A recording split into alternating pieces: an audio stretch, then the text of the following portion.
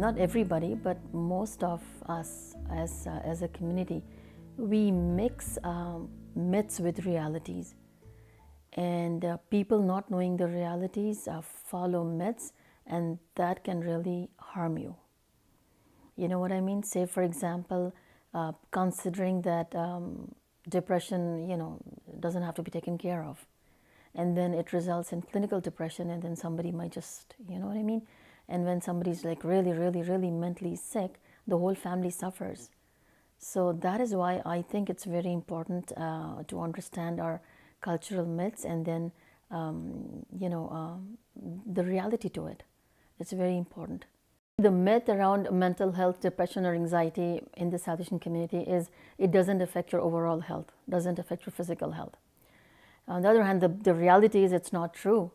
Your state of mind is kind of connected to your bodily states, right? And everything needs equal attention. Say, for example, if you're under a lot of stress, don't take care of it, becomes depression. Don't take care of it, becomes clinical depression. Don't take care of it, it may, cause you serious effects.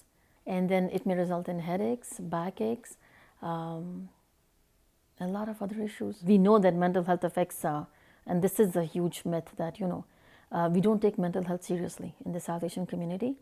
Either we don't take it seriously at all, or otherwise we just label somebody who has depression or goes to a doctor, we would just label them as crazy.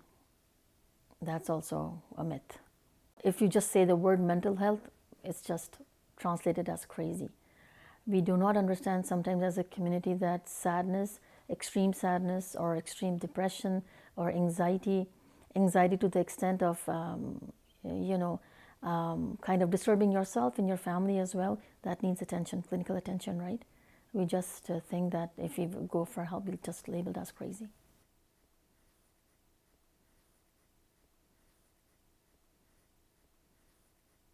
The myth is stress symptoms have to be severe in order to get help. And even if you ask for help, it's very embarrassing, it's very shameful. The reality is, if you will not get help, it can harm you more. And you don't have to be embarrassed to ask for help. Rather, if you ask for help or you ask for support, it can help you from suffering more.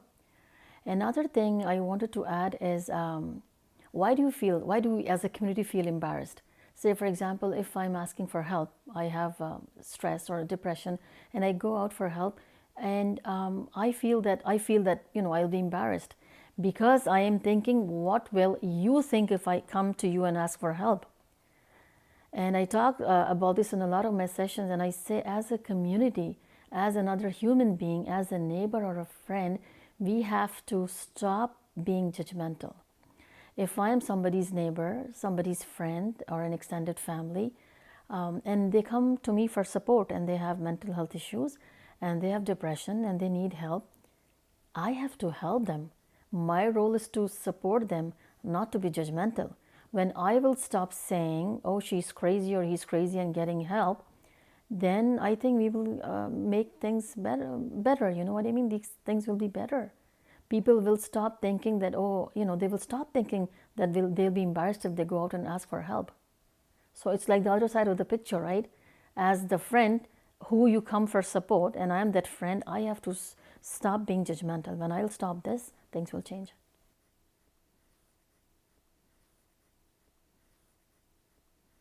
The myth is mild versions of stress, you don't need to take care of them, right? They're just part of life's ups and downs. And if you change a little bit of habits, unhealthy habits like drinking, maybe, a few drugs here and there, that would help you. Well, the reality is no. We say that even like when you see mild symptoms in yourself or in somebody of stress and anxiety, stop right there and get help. Milder symptoms can become severe at a certain point, when sometimes it's too late to get help. The other thing is unhealthy eating or taking too much sugar maybe, or drinking alcohol. It will never help you. And believe me, it will make things worse.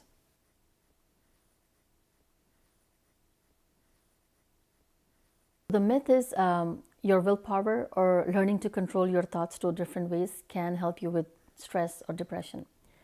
I would agree to it at some extent, right? Willpower, of course, is a huge thing. Learning to control your thoughts, yes, but it will not take care of your depression fully. And I can share you a little story from a friend's experience, who had another friend, and she was living in a basement with severe depression, symptoms, and she would always say that I would control it through my willpower.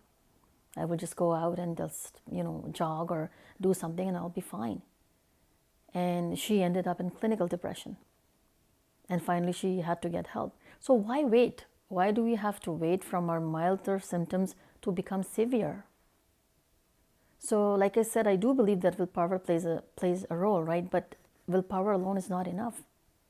Willpower, controlling your thoughts are not, like, you cannot isolate them, right? It's not enough. It's not enough to take care of depression or mental health problems.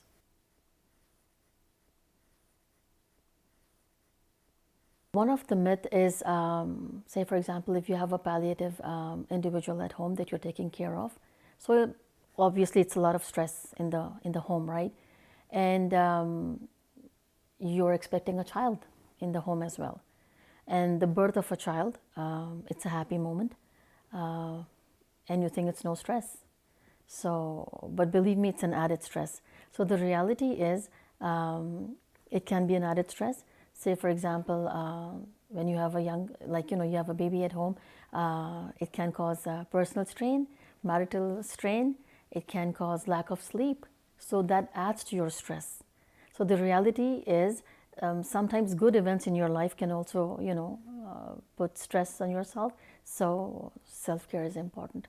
So it's a myth that if something is happening at home and some another event happens and you think it won't add any stress, it does add stress.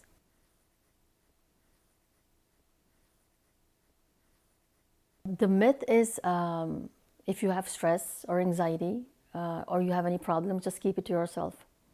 Don't talk about it to anybody else. Especially don't burden your loved ones with it. So this is like a huge myth in the South Asian community. Well, the reality is, you have to talk about it. I would again share something from my other support groups as well. Sometimes we are very, I'm not saying hard on South Asian men, but say for example, if somebody dies at home, right, in somebody's home, and so our idea of having a strong man in the family is like, he shouldn't be crying at all. And I always say this, a man is also a human, right? So if somebody dies at home, let him cry too. Let him talk too. You know what I mean? So I don't think that you should keep your problems to yourself. Talk about it. Share it with your family and friends. Share it with anybody you feel comfortable with. And believe me that you will feel relieved.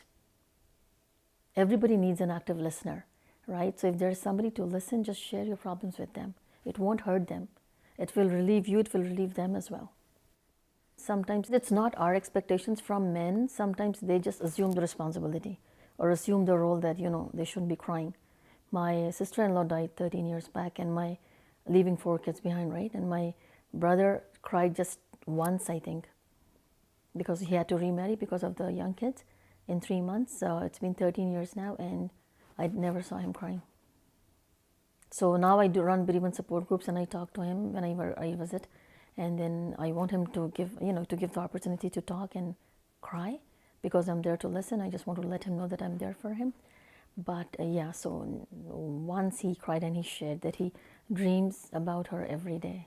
And that touched me so much. Yeah. But he just assumed the role of being a strong man, be there for his kids, for his second wife, and for my mom, that he never cried. But now he shares with me that he dreams about her every day and he misses her.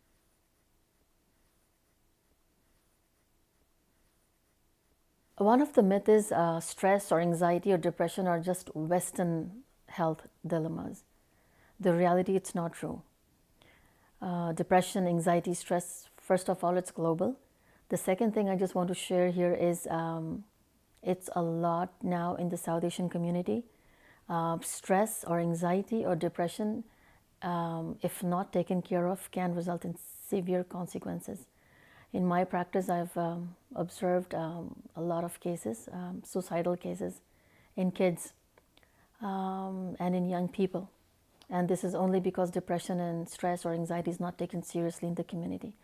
I was running a group, I don't remember when, but I'll just share a little story that a young man, father of two young kids, he committed suicide. And it was like, looked like a very happy family. The mom came to my group after the death, and she shared with me that after his death, they discovered that he was suffering from severe depression that he never talked about. Because to him, he assumed the responsibility of being a strong man who would never share, because he would try to control his symptoms through willpower, through controlling his thoughts and all that, and it didn't help, and he hung himself. Another case I can share, it was again a suicide case, and it was a young daughter, 19 or 21 years old, committed suicide. Later on, they discovered it was severe depression. Something was happening at school with something, never shared. Even she tried to share with the mom, they never took it seriously, and then they lost her. And so you know what, these things are happening, they're around us, and if we watch it more closely, mental health is increasing in the South Asian community, and these are the reasons. These all myths are the reasons, right? We don't take serious things seriously, we don't acknowledge them, we don't address them. If we will not acknowledge them, we will not address them, how are we going to resolve them?